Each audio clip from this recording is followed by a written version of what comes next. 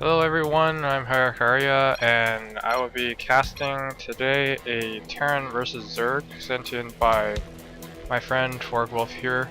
His opponent will be Matix, I think? I don't know, I never know how to pronounce these names properly.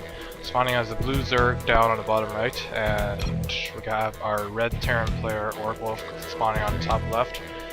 Map is going to be one of the new ones which I haven't seen. Yeah, if you haven't noticed, well, you probably don't know, but I haven't been playing for 4 months since I've been casting this game, and by the time this is up, it'll probably be 5. So I've been really out of the StarCraft world lately, and I don't really know what's happening. So yeah, basically ever since January 7th-ish, I basically haven't been playing, and right now it's like May 1st. Whatever, that's not really what we're here to talk about. Apparently my life for Ire, and none of you are Protoss, so that's interesting. We have our standard opening from Terran going the I wall my entrance against every single race. Zerg is opting to take an expand, I'm thinking. Yeah, it looks like an expand. So, pretty standard stuff. Also, I believe we got a replay update. Now we can watch replays with others, which I think is a great add-on. See, at least StarCraft adds new functionality when they patch, instead of just freaking needless UI changes from basically every single thing else.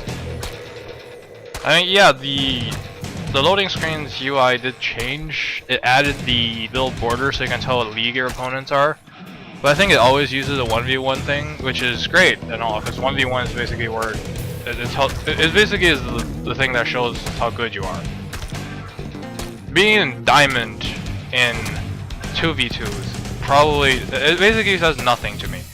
I would rather, I would have more respect for someone in, I don't know, Silver 1v1 than Diamond 2v2. So this is, at least in Silver 1v1, it says that you can play your way into Silver in 1v1s. You're just not pulling bullshit in 2v2s and getting all the way up there. But my ranting about non-1v1 games is, you're gonna hear a lot of this. But really, there's nothing else to talk about. The game gets underway. This map, never really seen it. They did add the little rocks here. Speaking of which, I can also talk about the Destructible Rock update, which I've seen. Really shit idea, in my opinion. You really should give us an option to, like, Blizzard should really give us an option to specify the default behavior for the rocks. I mean, yeah, I've seen someone lose a game in, I think it was, I forgot what it was some really important thing, where they lost the game because their Reaper was attacking the rocks instead of running. And that, yeah, I know that's bad, okay? Change the behavior of the rock. Give us an option to use the old behavior of the rock if we want the old behavior of the rock. Now I find myself trying to attack destructible rocks by right-clicking because I'm so used to it, and then my unit just freaking stands there all the time. Also, you can't rally your units to the rocks to destroy them either. There's absolutely no way you can rally your units to attack the rocks directly. So give us an option to specify which behavior for destructible rocks to use. That'll be better, I say. I think that'll be the best solution. I think that's even better than the one right now, or the. No, actually, the old behavior is better than the new behavior because, yeah, you might lose the odd game because you misclick on the rocks, but you're gonna lose a lot of time now if you freaking rally your units to destroy the rocks. And I don't know if the pros have gotten used to that yet. I just know that I personally think it's a really shitty idea. We do have an expand coming out of our Terran player. This bunker placement is good. This bunker placement is, I think probably moving this over a bit would be better to guard both the choke and the natural expansion. And expansion for Zerg getting on the way. Zerg choosing the Baneling tech, which is pretty standard. I always go the Baneling path against Terrans, just because Marauders destroy all roaches. Now, when I was sent this replay, it was labeled as a 1-hour game. This better be as epic as you say it is, Wargwolf, or I'm going to not cast any more of your games. I'm just kidding. But yeah, it's not really eating up my casting time that's a problem. It's mostly just eating up my upload time. This 1 hour game is probably going to take 6 hours to upload.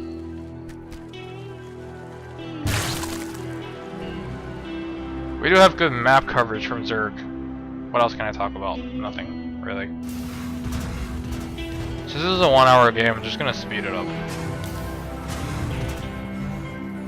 Reactor on the factory.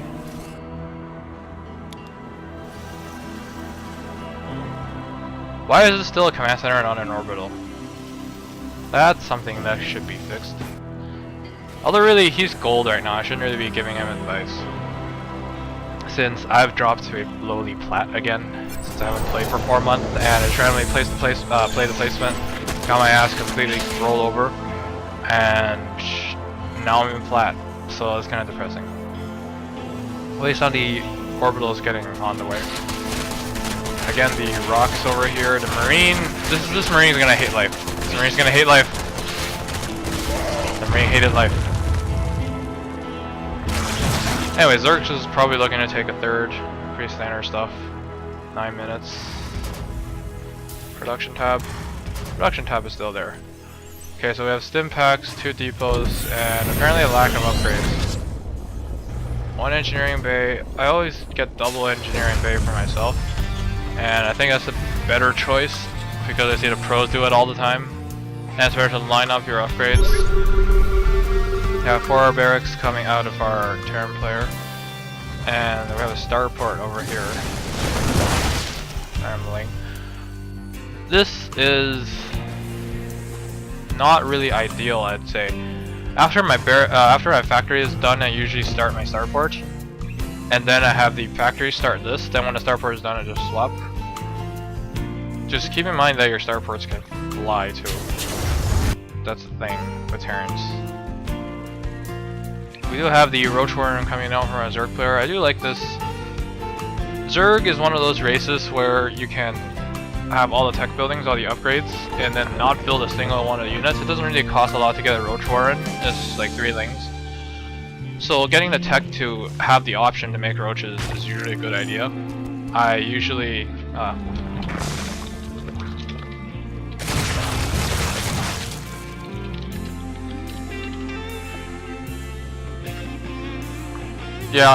just... What was I talking about? Yeah, it's a good idea to get a Roach Warren because you can basically pop out roaches if you see your opponent going, say, Mass Hellion. And... why is there no creep connecting the main and the natural? I thought that was a silver thing, to not connect your bases with creep. Although really at this point you don't really need to connect your bases because basically at the beginning of the game you need your queens to defend any amount of aggression from your opponent player. So having the creep connection would mean that your main queen can reinforce your natural expansion. We do a lot of lings. Usually people who go pure lings get rolled over by me. I tend to go Hellions, a lot of Hellions. But I can't really be talking about my own playing right now because I'm terrible at this game. So Rusty, and now just a lowly plat again.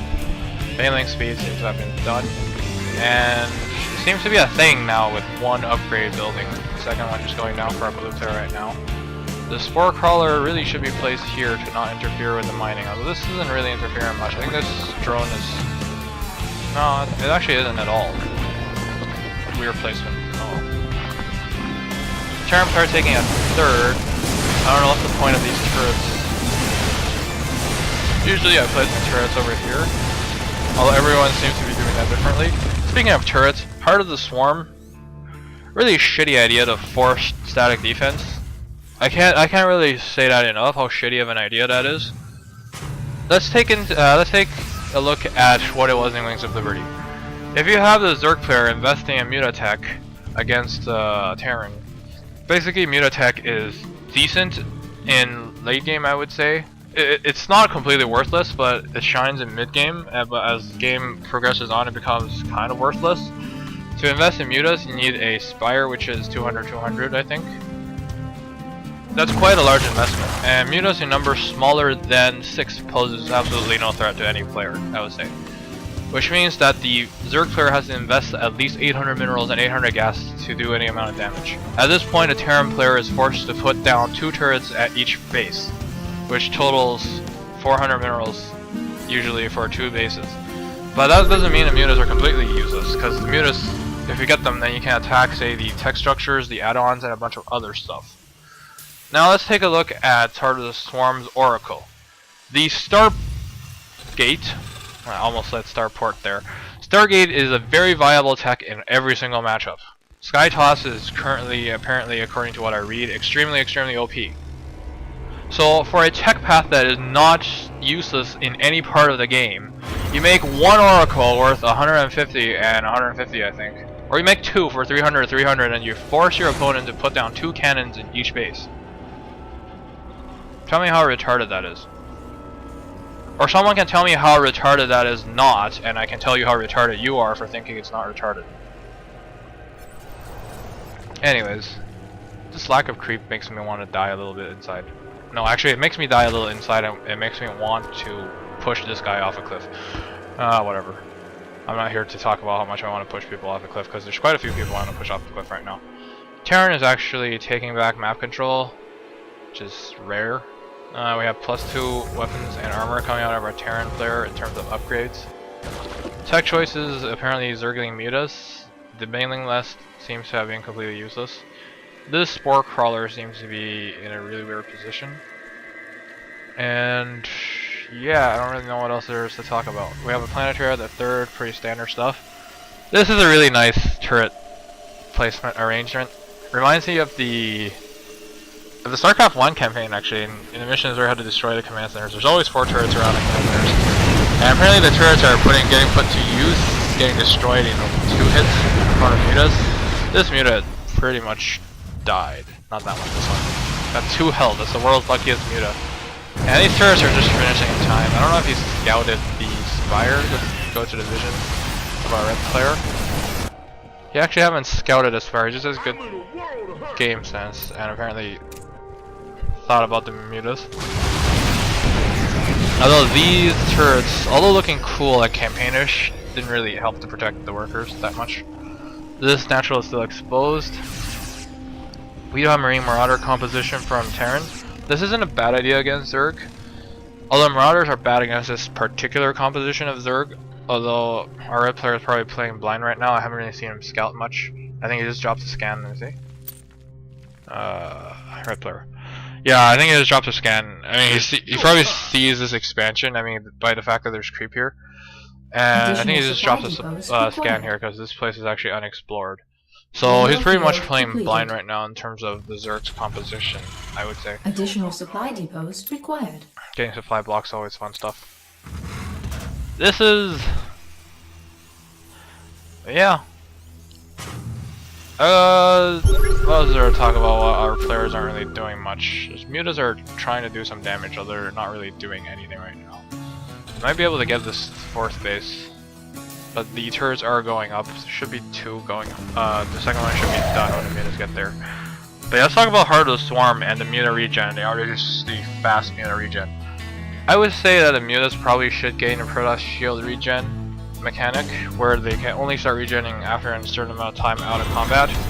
Because right now it's kind of ridiculous how they can regen while in combat. It's also kind of ridiculous how they can eat a storm and come back in half a minute.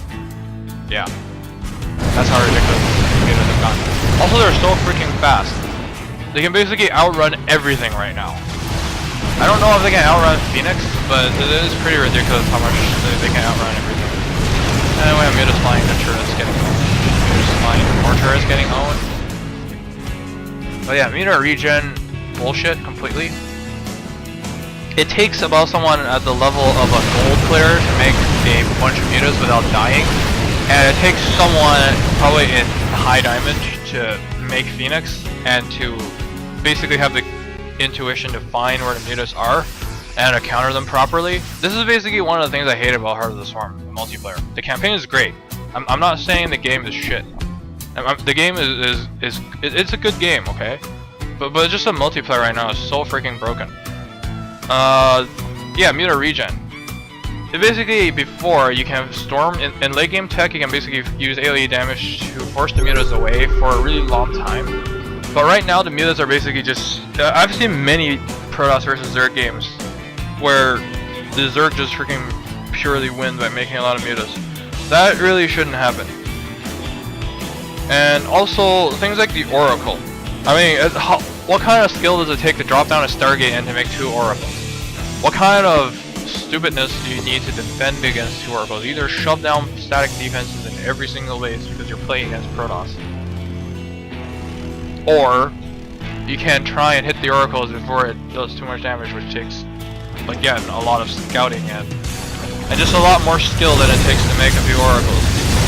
A lot more skill. And again, this Queen here is good. It kind of reminds me of the Reaper in the beginning of Wings, where the Reapers would force Protoss to basically have a big battle here. Marines are eating Baneling hits. This did not go well for our Terran players. Take a look at units lost.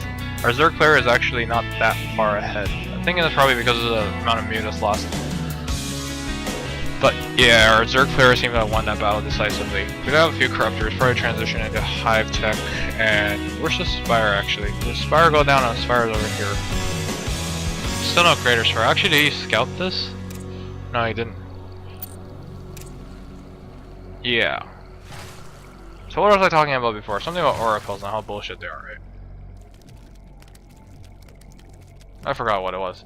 But yeah, Oracles are bullshit because of how they're just really hard to... It doesn't take any skill to use them, and they deal so much freaking damage. It reminds me of how the Reaper in StarCraft 1 was, and how basically every Protoss was forced to chrono out a Stalker to not lose to a Reaper. And that got fixed pretty fast. I don't see why the Oracle right now doesn't get fixed. 2 can basically wipe out your whole mineral line in 10 seconds. It's pretty ridiculous.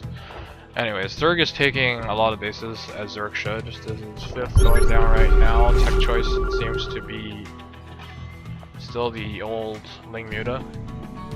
All adding in Roaches, Hydras, and Banelings right now. So basically the Zerg's unit composition right now is everything except for Infestors. And Ultralisks and Broodlords. And Queens. And I think all the mutas died out, didn't they? Let's take a look at units tab. Yeah, all the mutas seem to have died out. But yeah, let's take a look at our Terran player. The turrets are still up. We have a lot of Hellions moving out. See production. We have the Greater Spire on the way, which...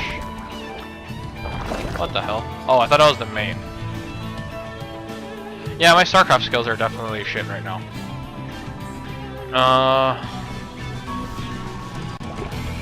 Something got owned there. Not sure what. Cleaning out the creep tumors. Cleaning out the backwards creep tumors is kind of worthless at this point. Oh, that's a bad day for them. It was that kind of thing. At this point, losing Hellions and Lings isn't really a big deal.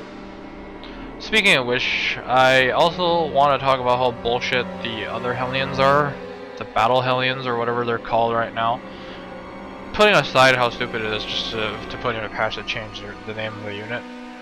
Battle Hellions are... They basically deploy, they get more health, they get healed by medevacs, and they spray everything, and apparently deals 12 damage. That's a little overpowered, although I'm not saying that needs to be fixed.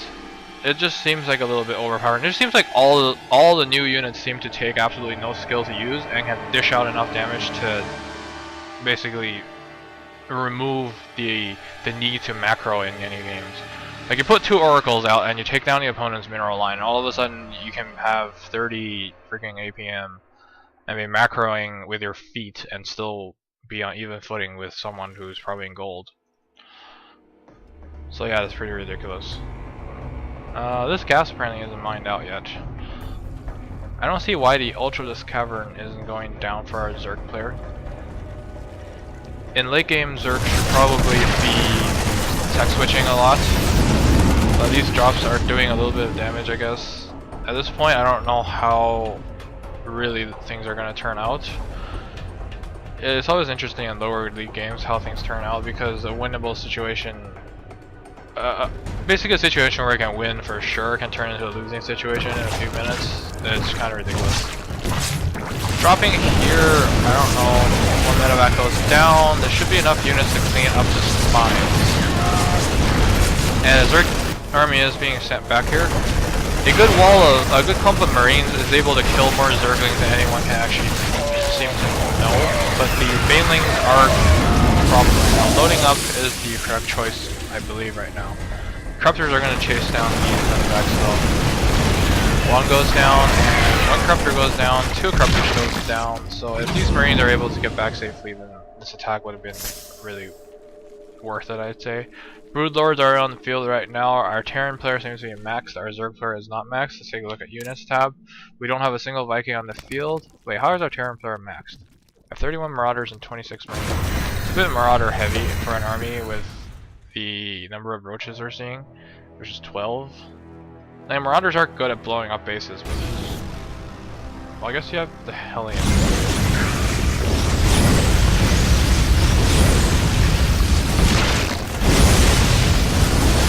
And Marauders are also good for tanking Banelings, as we've seen from their armor type as well as the Carbot video. But holy shit! Those Banelings certainly paid for themselves. And right now the hatch is gonna fall, but so are all the medevacs.